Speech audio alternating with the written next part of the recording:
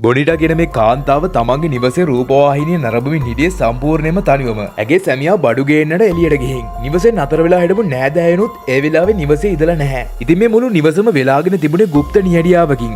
නමුත් ඇය දැනගෙන සිටියේ නෑ ඒ නිහඬියාව තව සුළු මොහොතකින් බිදී යාමට යන බව. ඇගේ නිවසේ සවිකර තිබූ ආරක්ෂිත කැමරාවේ සටහන් වූ ඒ බියකරු සිදුවීම අපි දැන් නරඹමු.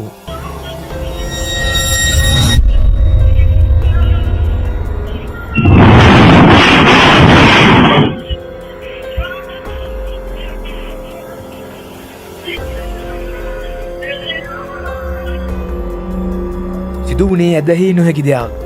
මුලින්ම මේ දර්ශන දකින කෙනෙක්ට හිතන්න පුළුවන් මේක සමහර විට උදුනේ ඇති වුණේ යම්කිසි කාර්මික දෝෂයක් කියලා. නමුත් ඒ දර්ශන පෙළ වේගය අඩු කර මදක් කොටින් නිරීක්ෂණය කළහොත් ඔබට යමක් පෙනේවි. උදුන සෙලවෙන්නට තප්පරයකට දෙකකට කලින් ඒ පිටුපසින් වේගයෙන් ගමන් කරන අදුරු මිනිස් සෙවණැල්ල ඔබටත් දැක ගන්න පුළුවන්. ඒ සෙවණැල්ල ඒ හරහා ගිහින් තප්පරයක් යනනත් මත්තෙන් උදුන කිසිම පාලනයකින් තොරව ගැස්සිලා ඊරට එසවිලා නැවත බිමට පතිත වෙනවා. මේ සිදුවීම් දෙක අතර ඇත්තේ ප්‍රතික්ෂේප කළ නොහැකි සම්බන්ධයක්. බොනිටා පවසන විදිහට අර සෙවණැල්ල කැමරාවේ සටහන් වුණේ නැත්තම් ඇයත් හිතන්නේ කාර්මික දෝෂයක් කියලායි. නමුත් දැන් ඇය සහ ඇගේ පවුලේ අය විශ්වාස කරනවා මේ අදෘශ්‍යමාන බලවේගයක් කියලා.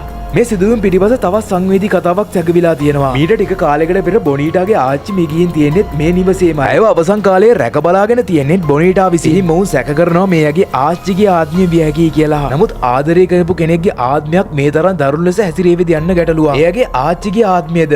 එසේත් නැතිනම් මේ නිවසේ ලැබුම්ගෙන සිටින ඔවුන් නොදන්නා වෙනත් දරුණු බලවේගයක්ද යන්න අපිට නිශ්චිතවම පැවසිය නොහැකි. නමුත් එක් දෙයක් පැහැදිලි. බොනිටා නිවසේ තනි වී නැහැ.